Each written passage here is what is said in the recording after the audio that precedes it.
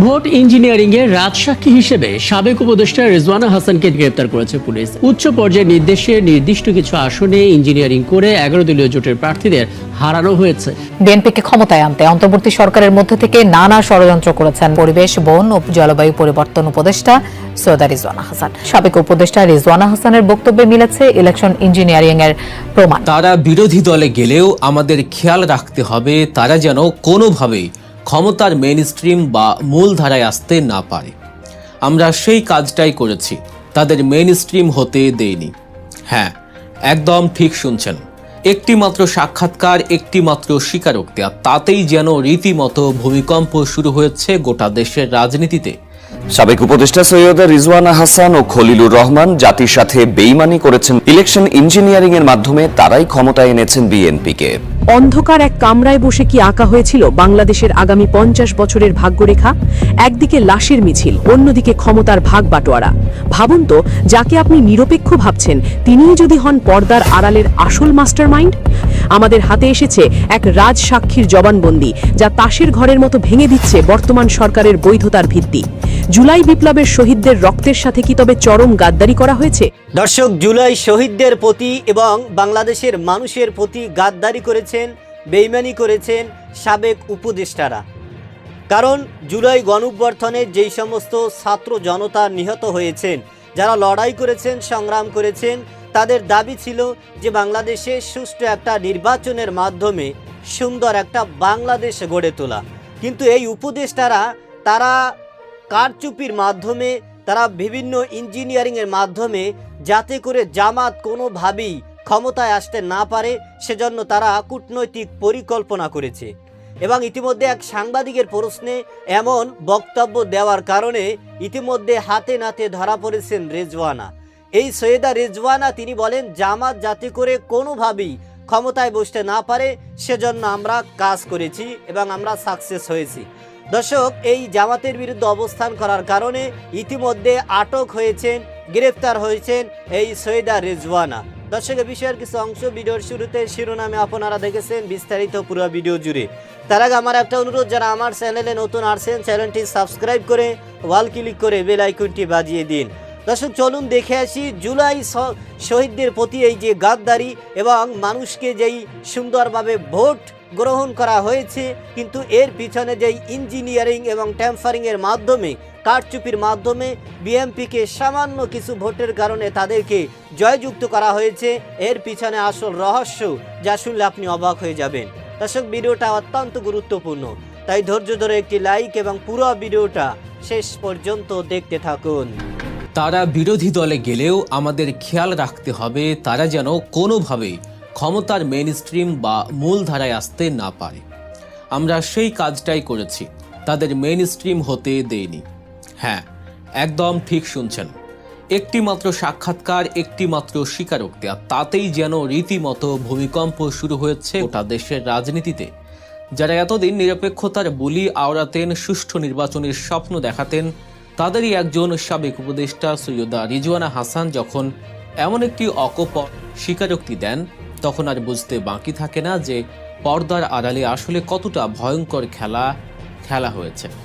Channel ওয়ানের একটি সাক্ষাৎকারে তার দেয়া এই বক্তব্য শুধু নির্বাচন নিয়েই প্রশ্ন তুলছে না, বরং অন্তর্বর্তীকালীন সরকারের নিরপেক্ষতার যে শপথ, সেটাকেও সরাসরি কাঠগড়ায় দাঁড় করিয়ে দিয়েছে। একটু গভীরভাবে চিন্তা করে দেখুন তো, এই কথাটির আসল অর্থ কি?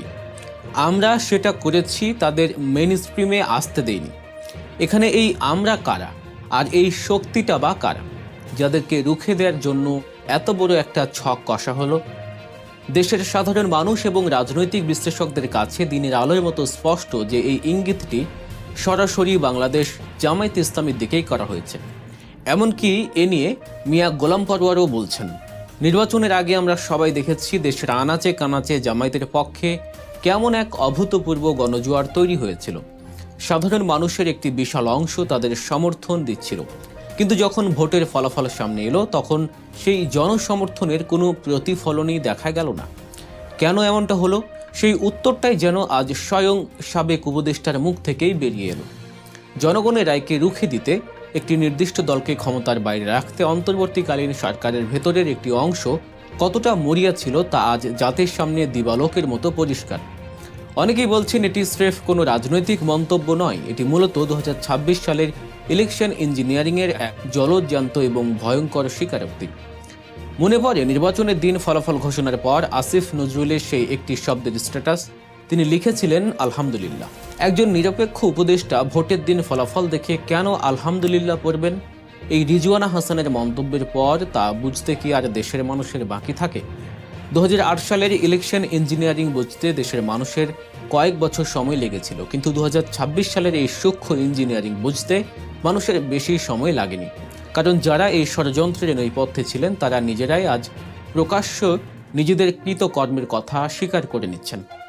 একটি অন্তর্বর্তীকালীন সরকারের প্রধান দায়িত্ব কি? একটি অবাধ, সুষ্ঠু ও নিরপেক্ষ নির্বাচন আয়োজন করা, সবার জন্য সমান সুযোগ বা লেভেল প্লেইং ফিল্ড তৈরি করা। কিন্তু উপদেষ্টারাই যদি নিরপেক্ষ না থাকেন, তারা যদি ইচ্ছাকৃতভাবে কাউকে ক্ষমতায় আনার বা কাউকে ক্ষমতা থেকে দূরে রাখার জন্য নিজেদের সর্বশক্তি প্রয়োগ করেন, তবে সেই নির্বাচনের আর কি দাম থাকে?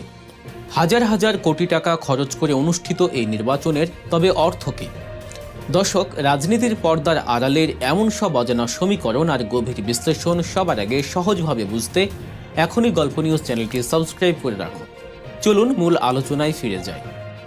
যে হাজারো শহীদের রক্তের বিনিময়ে এই দেশের মানুষ একটি স্বাধীন ভোটাধিকারের স্বপ্ন দেখেছিল, সেই শহীদের রক্তের উপর দাঁড়িয়ে গোপন ষড়যন্ত্রের মাধ্যমে নির্বাচনের ফলাফল পাল্টে দেওয়ার এই অভিযোগ সরাসরি শপথ ভঙ্গের শামিল। আজ অনেকেই প্রশ্ন তুলছেন, এই উপদেষ্টা মণ্ডলী কি তবে একটি ডিপ স্টেট বা গুপ্ত রাষ্ট্রযন্ত্র হিসেবে কাজ করেছে, যারা পর্দার আড়াল থেকে কলকাঠি নেড়েছে এবং জনগণের ভোটাধিকারকে নিজেদের ইচ্ছে মতো ম্যানিপুলেট করেছে? গণতন্ত্রের শেষ কথা বলে জনগণ। জনগণ যাকে চাইবে সে ক্ষমতায় আসবে, কিন্তু কোনো ব্যক্তি বা গোষ্ঠী যদি আগে থেকেই ঠিক করে রাখে যে অমুককে মেইনস্ট্রিমে আসতে দেওয়া যাবে না, তাহলে সেই নির্বাচনকে আর যাই হোক নির্বাচন বলা যাবে না। এই ধরনের পক্ষপাত তুষ্ট আচরণের জন্য রিজওয়ানা হাসানকে বিচারের আওতায় আনা উচিত কিনা সেই প্রশ্ন এখন জোরালোভাবেই উঠছে। এখন আসুন দেখি এই পুরো নীল নকশার পেছনে আসলে কাদের লাভ। রাজনৈতিক বিশ্লেষক থেকে শুরু করে সাধারণ মানুষ আজ স্পষ্ট দেখতে পাচ্ছেন যে তারেক রহমানের যে দীর্ঘমেয়াদী পরিকল্পনা তা এখন পুরোপুরি মাঠে নেমে পড়েছে। তারা আসলে কি চায়? তাদের মূল উদ্দেশ্য তিনটি। প্রথমত, তারা চায় যে কোনো মূল্যে দেশে ৭১ কেন্দ্রিক যে রাজনৈতিক বন্দোবস্ত তা অটুট থাকুক, অর্থাৎ হয় বিএনপি নয় আওয়ামী লীগ। রাষ্ট্র ক্ষমতা যেন এই দুই মেরুর মাঝেই ঘুরপাক খায়। তারা কৌশলে আওয়ামী লীগকেই আবার কোনো না কোনো রূপে মাঠে ফিরিয়ে আনতে চায়, যাতে বাইনারি রাজনীতিটা টিকে থাকে। দ্বিতীয়ত, যদি কোনো কারণে তারা আওয়ামী লীগকে মাঠে ফিরিয়ে আনতে ব্যর্থ হয়, তবে তাদের ব্যাকআপ প্ল্যান হলো এনসিপি বা জাতীয় নাগরিক পার্টিকে প্রধান বিরোধী দল হিসেবে দাঁড় করানো। এর মানে হলো এনসিপি মূলত জামায়াতের ভোট ব্যাংকে ভাগ বসাবে। জামায়াতের সমর্থন বা দুধ খেয়ে তারা পুষ্ট হবে, আর সময় হলে সে জামায়াতকেই ছোবল মারবে। আপনারা ইতিমধ্যেই দেখেছেন বিএনপির স্থায়ী কমিটির সদস্য সালাউদ্দিন আহমেদ সরাসরি এনসিপির অনুষ্ঠানে গিয়ে তাদের কিভাবে প্রশংসা করেছেন। তিনি বলেছেন, এনসিপি একদিন হয়তো রাষ্ট্র ক্ষমতায় যাবে, অর্থাৎ এনসিপিকে ফুলিয়ে ফাঁপিয়ে এমন একটা জায়গায় নিয়ে যাওয়ার চেষ্টা চলছে যাতে তারা জামায়াতের চেয়েও বড় শক্তিতে পরিণত হতে পারে। দর্শক, আপনারা জানেন বাংলাদেশের সাবেক উপদেষ্টা সৈয়দা রেজওয়ানাকে নিয়ে সামাজিক যোগাযোগের মাধ্যমে আবারও তুমুল আলোচনা এবং সমালোচনার ঝড় উঠেছে। চ্যানেল ওয়ানে এক সাংবাদিকের প্রশ্নের জবাবে তিনি বলেন, জামাত যাতে করে কোনোভাবেই ক্ষমতায় আসতে না পারে, তারা প্রধান স্থানে যেতে না পারে, সেজন্য আমরা কাজ করেছি এবং আমরা তাদেরকে কোনোভাবেই ক্ষমতায় আসতে দেইনি, সরকার গঠন করতে দেইনি। তার এমন একটা বক্তব্যে সামাজিক যোগাযোগের মাধ্যমে আলোচনা এবং সমালোচনার ঝড় উঠেছে। আপনারা জানেন যে নির্বাচনের পরই কিন্তু জামাত ইসলামের অনেক নেতাকর্মীরাই বলেছেন যে এই নির্বাচন সুষ্ঠু হয়নি, এটা একটা কারচুপির মাধ্যমে, এটা একটা ইঞ্জিনিয়ারিংয়ের মাধ্যমে, ট্যাম্পারিংয়ের মাধ্যমে এই ভোটের উপরে ঘষা মাজা করা হয়েছে। খুব সূক্ষ্মভাবে তারা কাজ করেছেন, এদেশের জনগণকে বুঝিয়েছেন একটা এবং তারা ভিতরে কাজ করেছেন আর একটা। কারণ এদেশের জনগণ দেখেছেন যে ভোট সুন্দরভাবে হয়েছে এবং নির্বাচন সুন্দরভাবে হয়েছে, মানুষ যার যার প্রার্থীকে সুন্দরভাবেই তারা ভোট দিয়েছেন। কিন্তু ভোট সুন্দরভাবে হলেও, নির্বাচন সুন্দরভাবে হলেও গণনার ক্ষেত্রে তারা কারচুপি করেছেন, ইঞ্জিনিয়ারিং করেছেন। এবং আপনারা জানেন যে সব জায়গা থেকেই কিন্তু বিপুল ভোটে জামাত নির্বাচনের হওয়ার কথা, এবং জামাতের যেই গণজোয়ার উঠেছিল এদেশের মানুষ সবাই আশ করতে পেরেছিল যে জামাত অবশ্যই তারা সরকার গঠন করবে।